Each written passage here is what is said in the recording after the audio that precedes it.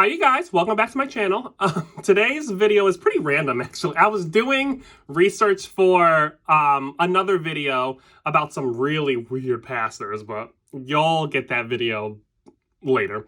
But while I was doing the research, I was thinking about, I don't know why this popped into my head, Bible plot holes. So as you can tell by the title, or, well, I don't know, my titles, I don't know what's going to be, but this video is going to be about Bible plot holes because they have so many. I'm only going to go through a few. But if any other form of literature had these kinds of plot holes that are this like huge, like gargantuan plot holes, like this, if it were any other form of art, like if it were a movie, it'd get an F.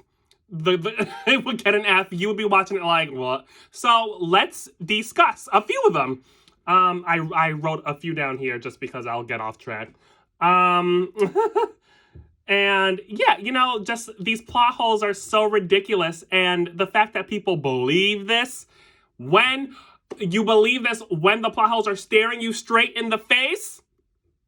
So let's talk about Noah first. So we all know Noah. Right?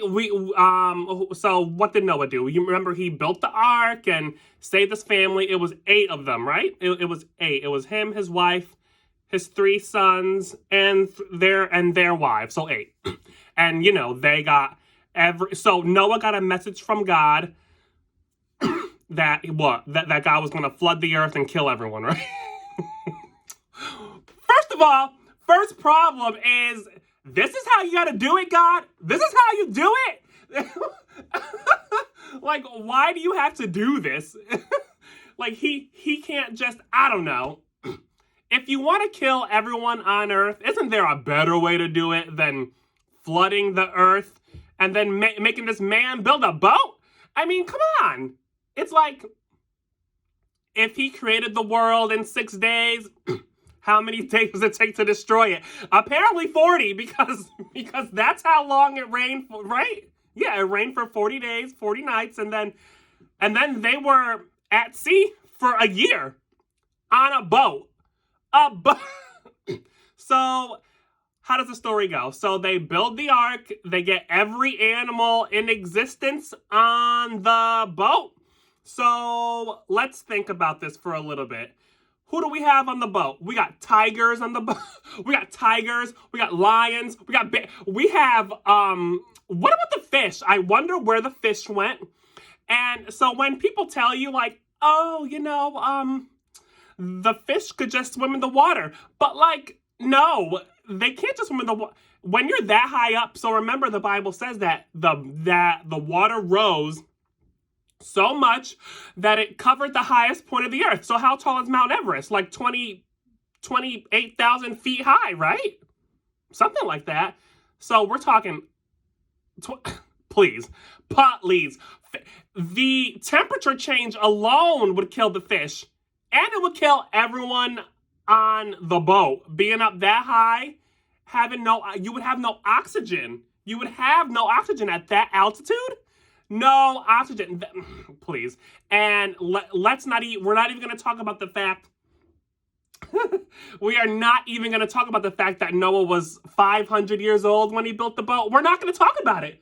We're not going to talk about the 500-year-old man that built, or was he 600? We're not going to talk about the 500 or 600-year-old man that built the boat. We're not going to talk about the age, okay? And so, what it's just, stupid. What else? Yeah, so we got all the animals on board. Tigers and gazelles. So the tigers eat gazelle, right? The tigers eat deer, right? So what did everyone eat? What did everyone eat? What did the elephants eat? That's what I want to know. I read something that that tigers or lions eat, I forgot how many tens of thousands of pounds of meat in a year. So I want to know where they got the meat. Where'd you get the meat? And where'd you store it? 10,000 pounds? 20,000 pounds of meat? Okay. And then I also want to know, what happens with the poop? What happens with it? Because all that just chilling in a wooden boat, it's not gonna end well. It's just not gonna end well. I read something once that was talking about like if elephants poop, you have to clean, it smells really bad. But if that smell is in a contained space, that's like methane. Like, you can't inhale that. Just inhale it. Like, you die. Like, you will die. You're not supposed to breathe in it. Anyway, so, and then along with the Noah story, so at the end of the Noah story, what? So they all come back down from the boat. By the way, what's the boat made out of that it was able to float for a year? Was it made of wood?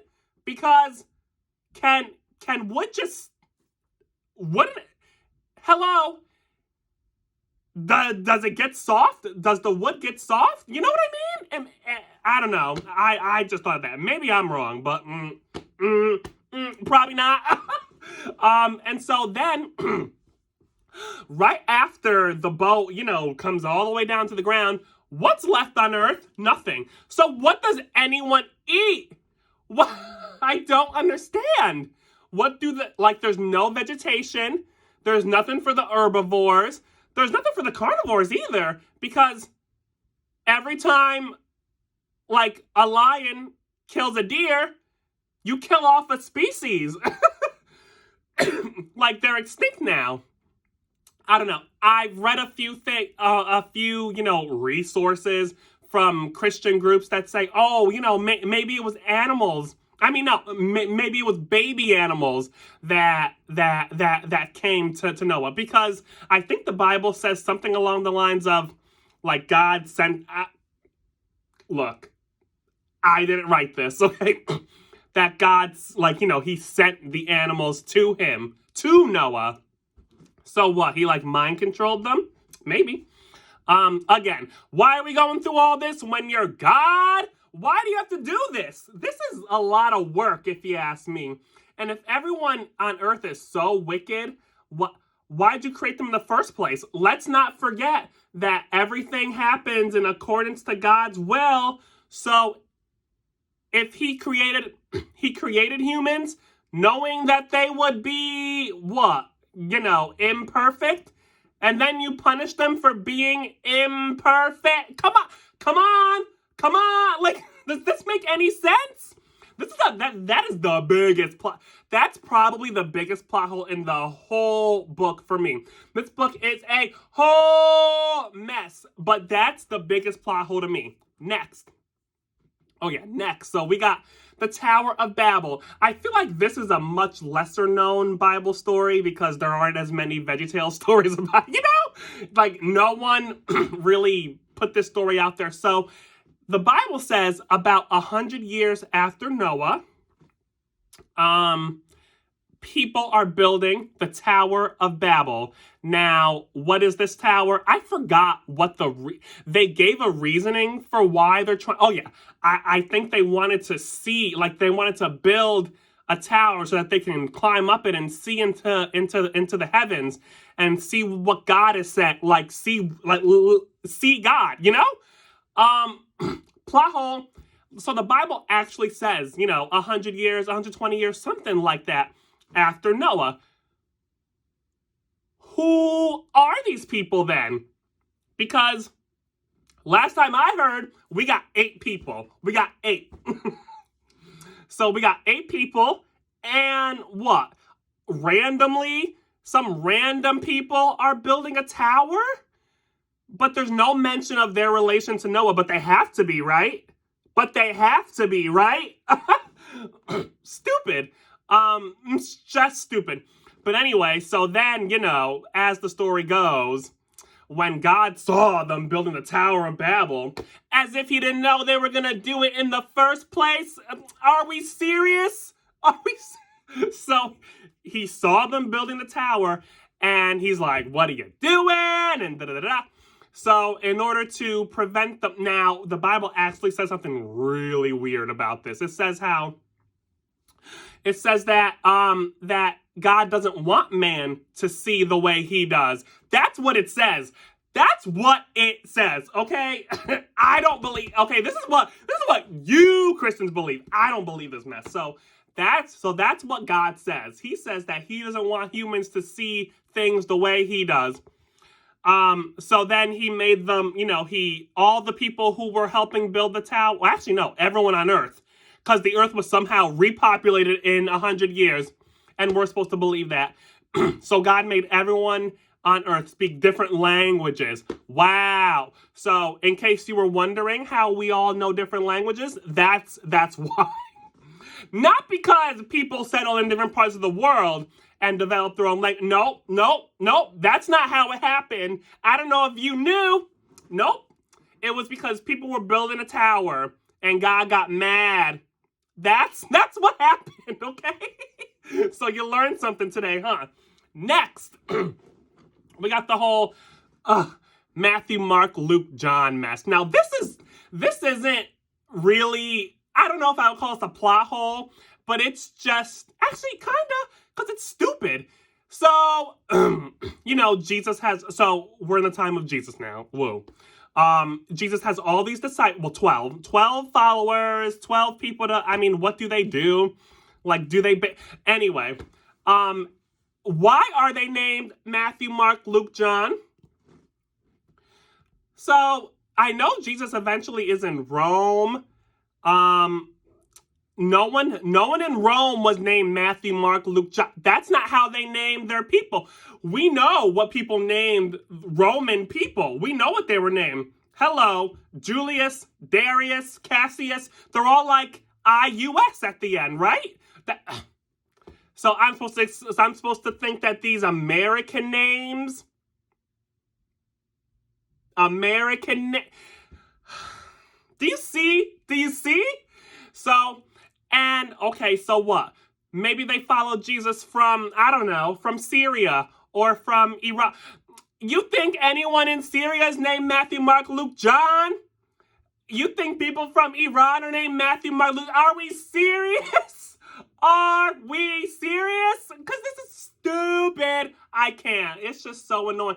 And the saddest part,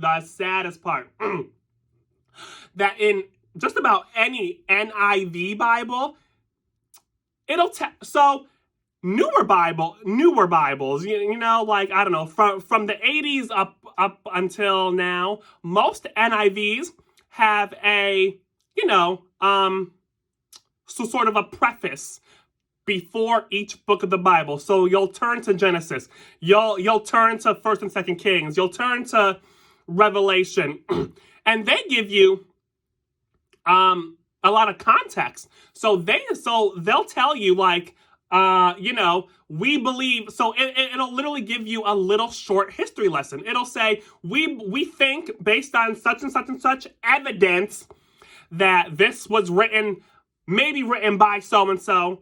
It'll tell you who we think it's written by, because we don't really know who wrote any of the Bible, because we don't have the original. So, and it'll actually tell you that we have no idea who wrote Matthew, Mark, Luke, John, because the evidence is pointing to potentially these books being written about 100 or 200 years after Jesus supposedly died.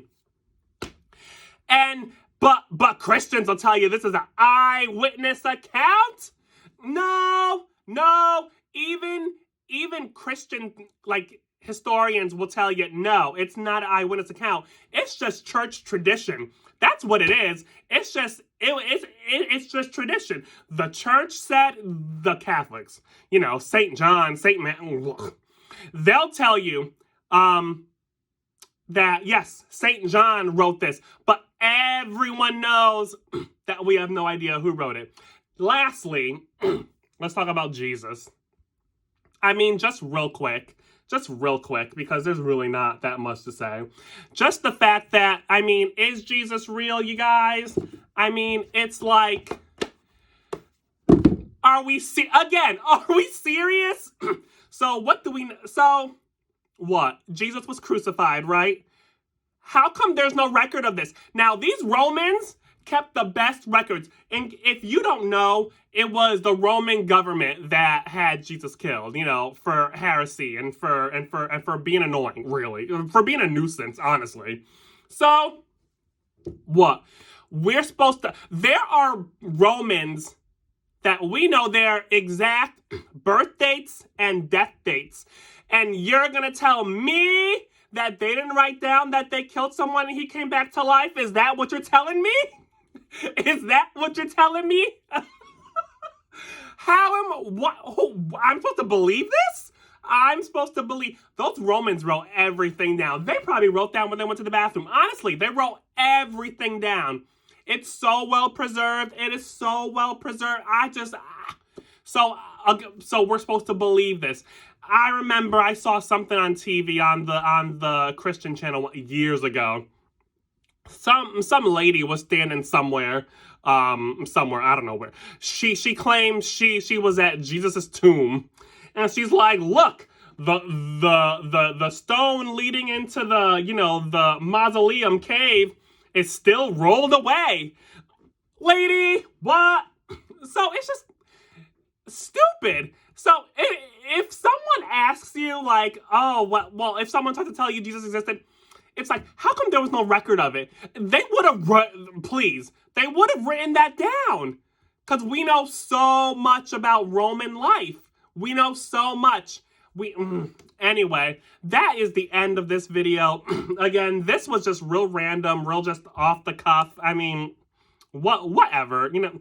So those are just a few biblical plot holes. I mean, we got plenty others. We got like what? Why was Jonah not digested when he got swallowed by the fish, right? Because if you eat something, it digests. Your stomach does something. Like, how come was something...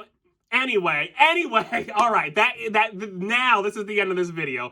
And I will see you guys in my next one.